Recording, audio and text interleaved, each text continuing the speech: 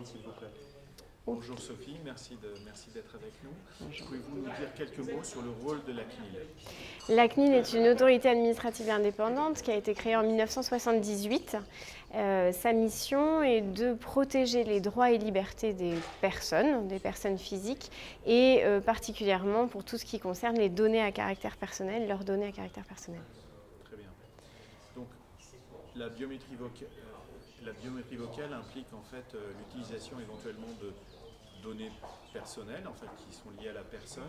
Est-il envisageable en fait d'utiliser cette technologie pour des services, pour des projets en fait en France? C'est tout à fait envisageable. Il y en a d'ores et déjà, mais c'est vrai qu'il y a une attention toute particulière sur les données biométriques qui constituent des données particulièrement sensibles puisque, vous l'avez dit, elles sont liées directement au corps, à l'individu. En ce sens, elles sont le plus souvent permanentes et uniques.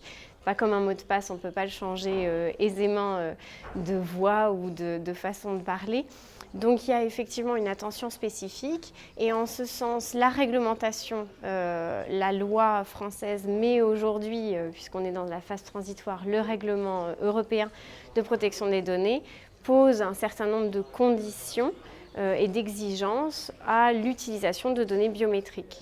En ce sens, pour par exemple utiliser des données biométriques pour permettre l'accès à un centre d'appel client par exemple, la doctrine de la CNIL qui concorde pleinement avec les exigences posées par le règlement européen pose le fait que l'usager doit y avoir expressément consenti.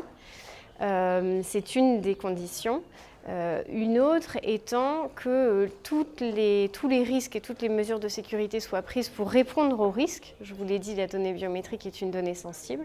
Donc pour répondre aux risques, et en ce sens, la CNIL a développé une doctrine qui vise à laisser la donnée biométrique sous le contrôle des personnes, c'est-à-dire soit que le gabarit soit enregistré sur un support individuel. Il est vrai que pour la voix, ce n'est pas toujours évident. Sinon, que le gabarit, le modèle vocal soit enregistré en base centrale, mais sous une forme chiffrée et dont la clé de chiffrement n'est détenue que par la personne concernée, l'utilisateur ou l'usager qui souhaite joindre son centre d'appel. Que doit être la démarche en fait, d'une société qui souhaite mettre en place en fait, une solution de biométrie vocale, et notamment vis-à-vis de la CNIL? Que doit-elle envisager de faire? Alors avec le règlement européen, il y a vraiment un changement de logique. Avant, il y avait effectivement une logique de formalité préalable avec une autorisation à obtenir auprès de la CNIL. Avec le règlement européen, c'est une logique de responsabilisation des acteurs. Donc la société devra elle-même procéder à une analyse du projet, des conditions dans lesquelles ils envisagent de le mettre en œuvre, éventuellement, compte tenu des risques élevés pour les droits et libertés des personnes, procéder à ce qu'on appelle une analyse d'impact sur la protection des données, à la fois sur les aspects juridiques et techniques. Et si, à l'issue de cette analyse, des risques élevés restaient, s'il y avait encore des risques résiduels élevés, il faudrait que l'organisme consulte la CNIL pour identifier les risques et les mesures et que la CNIL puisse indiquer si les mesures prises correspondent ou sont satisfaisantes.